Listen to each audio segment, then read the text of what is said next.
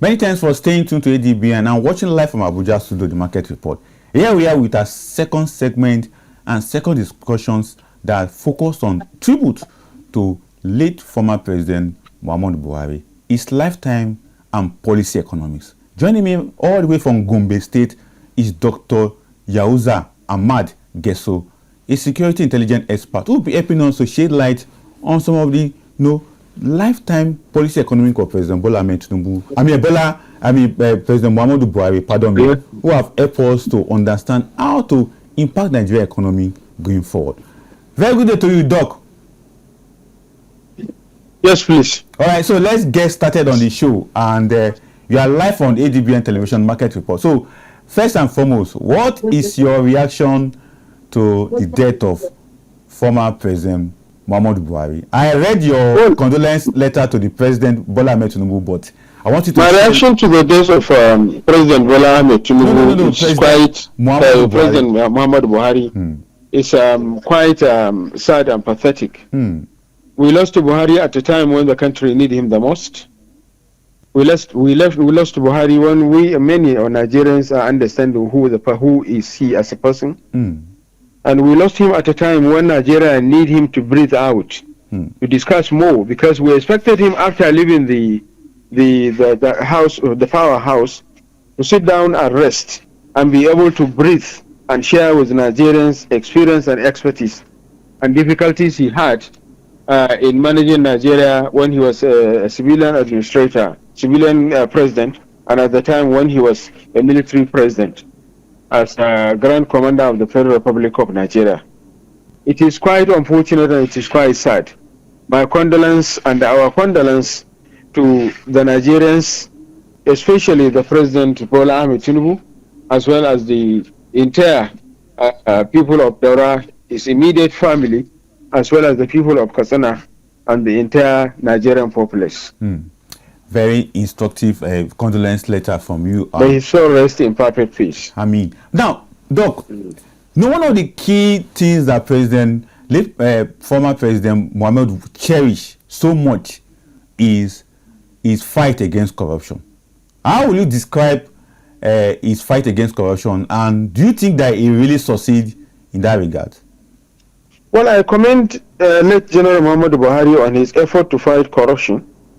However, I know that Nigerians have not even understand the concept and theory to which he had wanted a zero corruption in Nigeria.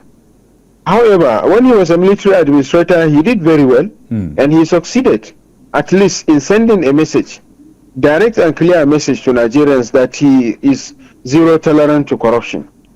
But during his tenure as democratically elected president, it became very difficult and very hard for him to manage because of limitations, constitutional limitations, judicial limitations, legislative limitations, as well as the unscrupulous element that he entrusted by giving them the appointment as ministers and other head of agencies and organizations who really betrayed him.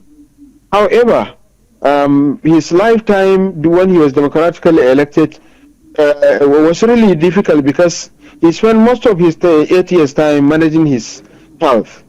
So his incapacitation made it very difficult for people of Nigerians to understand and also for him to be able to deal with the situation squarely.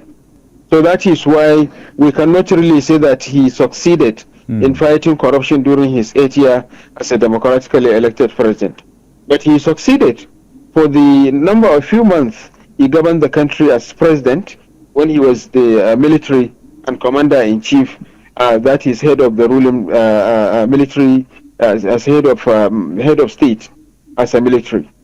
But when he was democratically elected, actually, it wasn't a success. It was really a great failure. And I'm sure it's part of what Buhari left us with in his mind, that he was unable to succeed in pronouncing or making Nigeria to be a zero tolerance to corruption. It might be part of what led to his heart attack or whatever disease that led to his death. I quite appreciate your thought on that, but let's take another very interesting aspect of what late former President Muhammadu Buhari also put at the center point of his policy economy. Economic diversification. We saw a lot of economic diversification that really try as much as possible to take away or shift Nigeria away from the monocultural economy of believing or depending on oil to the non-oil sector. But what's your own view in that regard also? Whereby I commend his policies on the economy because I think many Nigerians understood how he tried to make the economy to be to be diversified rather than relying too much on oil. When you look at agriculture, when you look at a number of mineral resources that have been explored, discovered during the Buhari administration, when you look at many other initiatives of building the capacity of use for self-reliance, when you look at many initiatives under the social development, that is under the Ministry of Humanitarian Affairs, whereby at least I know in each of the states, minimum of 30,000 youths were targeted to provide them with training, capacity building, and also provide them with machineries and capital base, take off capital for them to be self-reliant. However, those issues of corruption and many other issues have not been able to let President Muhammadu Buhari succeed, because many of the youths that have been trained and were given equipment and gadgets, they sold it out as a takeaway price. Many of those who have been given money to have this at a takeoff for a business, they spend the money for other things. Look at many other policies related to what happened in the Nasal, the money given for agriculture, livestock, and many other things. It was quite difficult, and it was quite unsuccessful. But they were beautiful and excellent policies if at all Nigerians succeeded in providing him the required support to the desired objective. Exactly. Very interesting. But there's one aspect of former President Muhammadu Buhari that nobody can deny his footprint. Infrastructural development, the rail system, the road network, and the dams, and his effort to also revive Nigerian electricity. Doc, what's your take on all this infrastructural funding that the former president, who is now late, put in place? Someone said something very critical. He said the legacy of late former President Muhammadu Buhari will remain an imprint that Nigerians will live to remember for a long time. But what's your own take on this particular one?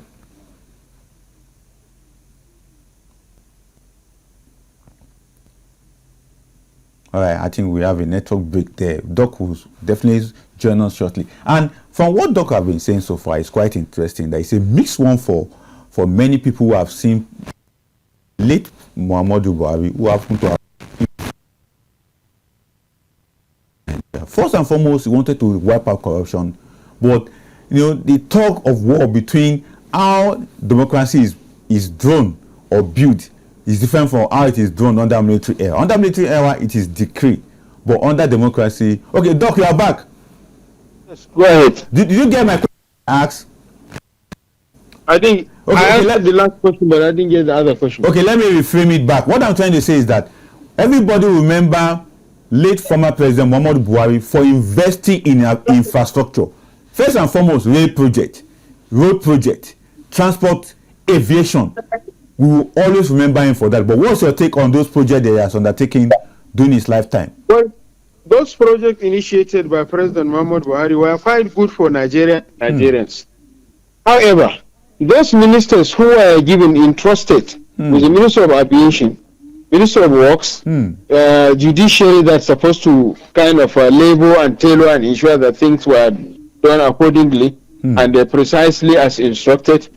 The issue of transportation, among many others, they were quite beautiful and good initiatives and very good visions, excellent visions meant for the future of the country to be brighter and to be successful. However, I cannot call it successful. It was really a failed attempt. It was an excellent takeoff, an excellent initiative, an excellent project design, but was entrusted in the wrong hands, those who committed a lot of atrocities that have not been dealt with accordingly. If at all Nigeria will deal with those guys who late agencies and ministries during Buhari administration squarely.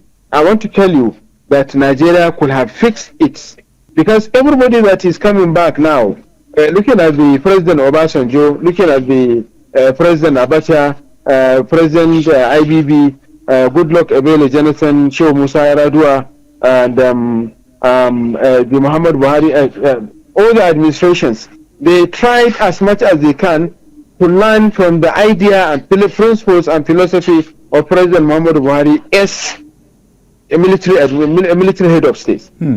All of them tried to copy and replicate, to make impact and to initiate projects that will help Nigeria to grow better, help Nigeria to remain, to maintain its status quo as a giant of Africa. But however, because of the bad leadership, because of the bad eggs, because of the unscrupulous elements, because of the cheaters, those who were entrusted with the responsibility to do ABCD, we were not able, Nigerians are not able to succeed in getting those results. Now, let's go to the biggest of all its policy economics, security and fighting insurgents. Doc, you are a security intelligence expert. I won't need to dip hand in any question, tableau to ask you a question. What is your take on his performance on security? Well, his performance on security, I can call it in between the success and the failure. He succeeded in kind of revamping the Nigerian armories with a modern new armament and new technologies. He succeeded in sending many of Nigerian military and other paramilitary to other power countries for them to acquire skills and knowledge. Those armament that he was able to succeed in making the procurement process, many of them have not been successful. It is under the leadership of President Bola Ahmed Tinubu that we are able to receive many of those things that was procured by Buhari administration. So when you look at the number of the activities, the kind of when you assess Boko Haram, you can say that he succeeded to some extent. But when you look at the banditry, IPOP, and many other things, you can say that Buhari have not done anything as far as security is concerned. We must to commend him for what he has done. He had very good initiative. There are a lot of unscrupulous elements. There are a lot of negligence. There are a lot of sabotage, and there are a lot of enemies within, and there are a lot of frustration also from the international community because of the politics in it, the issues of diplomatic process, and the issues of the procurement and other things. So it wasn't easy for him.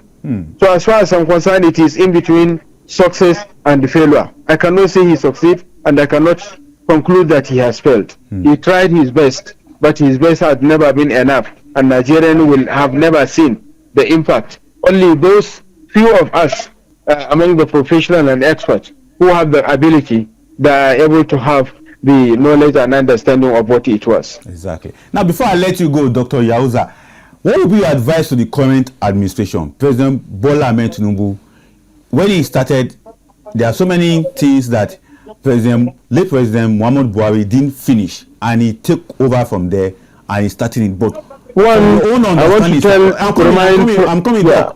From your own understanding, what would be your advice to him? Because a lot of those projects are still lying everywhere, from rail to road, everywhere. Most of those projects are still there. Well, my advice to President Bola Ahmed Tinubu as a lesson to learn from Buhari administration is that, one, President Bola Ahmed Tinubu and all his cabinet members, as well as the head of agencies and parastatals, should have it at the back of their mind that either sooner or later, definitely they will join the graveyard where President Muhammadu Buhari is going or has gone this afternoon. So they should be very careful as possible to avoid being corrupt and to avoid siphoning the resources unnecessary. Two, they should try as much as they could to emulate the gesture from what they have been, the legacies of President Muhammadu Buhari that they have been discussing. Because from the time he left, from the time of his demise in the last 64 hours or thereby, there are a lot of his credibilities, high credentials, and so on and so forth, were said by Vice President Kashim Shettima, by President Bola Ahmed Tinubu, by Abdisalam Abubakar, and many other statesmen.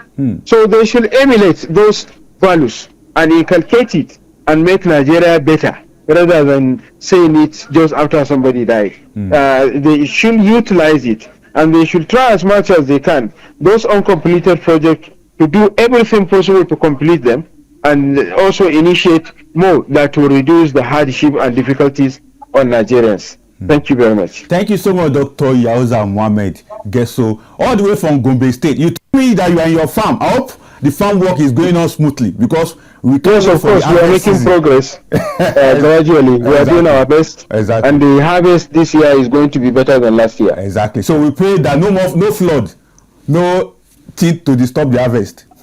Well, the flood, you cannot control it. It's something that can only be controlled by God. Well, we are praying hard to succeed, to ensure that we have some level of control. Exactly. So enjoy the rest of your day over there in Gombe. Well, thank you very much. All right now. Thank you. Have a pleasant day. Goodbye. Thank you. Thank you.